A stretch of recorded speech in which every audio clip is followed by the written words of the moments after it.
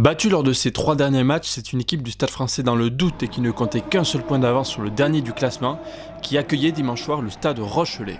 Ce match était aussi celui des retrouvailles pour Jonathan Danty et Jules Plisson qui affrontaient là leur ancienne équipe. Alors que Joris Second a ouvert le score quelques minutes plus tôt, La Rochelle se retrouve sur l'embut parisien. Les avants maritimes sont sollicités, puis le troisième ligne Rémi Bourdeau marque le premier essai de la rencontre. Dominateur en conquête, La Rochelle prive Paris de ballon en ce début de match. Sur cette touche, à l'entrée des 22 mètres adverses, les jaunes et noirs combinent bien et Bourgarit sert Arthur Retière à la perfection. L'ailier, malgré le retour de James Hall, marque le second essai des Rochelais. On se repasse le bon appel de Retière et l'effort fait par l'ailier de poche pour aller marquer malgré la défense de James Hall. Ronan O'Gara apprécie le spectacle, son équipe mène 6-15. Et sur cette mêlée dangereuse, Plisson adresse cette superbe passe sautée pour Raymond Roule qui n'a plus qu'à aller marquer l'essai. On revoit au ralenti la bonne course de Danty, la passe parfaite de Plisson et l'essai de l'ailier rochelais. À la demi-heure de jeu, La Rochelle mène 6-20 et a déjà en poche un potentiel bonus offensif. Vexé, Paris va se réveiller juste avant la pause. Sur cette mêlée près de l'embut rochelais, James Hall extrait le ballon pour Joris Second qui saute la passe afin de servir Waisea. Le centre se faufile dans une brèche et ramène son équipe dans le match. Alors que la sirène vient de retentir, les locaux ont la possession sur la ligne médiane. Second, c'est Etienne qui décale à rater, le centre repique intérieur et parvient à passer les bras pour Burban qui temporise et joue parfaitement bien ce 2 contre 1 pour Waisea. Le centre du Stade Français n'a plus qu'à conclure, et Joris Second en coin ne tremble pas. À la pause, les deux équipes sont dos à dos, 20 partout.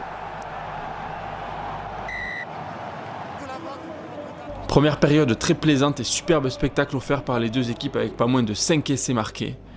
Après une nette domination des Rochelais pendant une demi-heure, le Stade Français a rattrapé son retard en 5 minutes. Au retour des vestiaires, Paris impose son rythme. Les avants du Stade Français, après avoir repris le dessus en conquête, défient le pack Rochelais. Le 3/4 centré Enrico Bouliroy se met à la faute dans un ruck et il est contraint de laisser ses partenaires à 14. C'est d'ailleurs le premier carton jaune reçu cette année par le 3/4 centre fidjien. Il est au sol. Non. Il est au sol, il ramène le ballon dans le camp. Non. Paris opte logiquement pour la mêlée et les avants du Stade Français dominent l'affrontement. Coville décide d'extraire le ballon et servi par une superbe passe sautée de Joris Second, Lester Etienne n'a plus qu'à aller marquer l'essai. Par la même occasion, il redonne l'avantage à son équipe. C'est le 3e essai inscrit cette saison par l'ailier après son doublé face à Montpellier le mois dernier. En toute fin de match, alors que Paris est sous pression dans ses 22 mètres, Arthur Coville est contré par Enrico Bouliroy, mais le 3/4 centre qui a la balle de match ne parvient pas à se saisir du ballon et il commet un en avant. On revoit au ralenti cette action qui aurait pu permettre aux Rochelais de reprendre l'avantage et Bouliroy peut s'en vouloir. Sur la mêlée qui suit, Tawera Kerbarlo met la pression sur le demi de mêlée parisien Arthur Coville. Rémi Bourdeau s'empare du ballon et va marquer l'essai, mais les Parisiens réclament une faute. Monsieur Brousset fait appel à l'arbitrage vidéo et finalement l'essai du 3e ligne est refusé pour une faute du demi de mêlée Rochelais. Ainsi, Paris conserve son avance de 5 points et l'emporte 25-20 face au Stade Rochelais.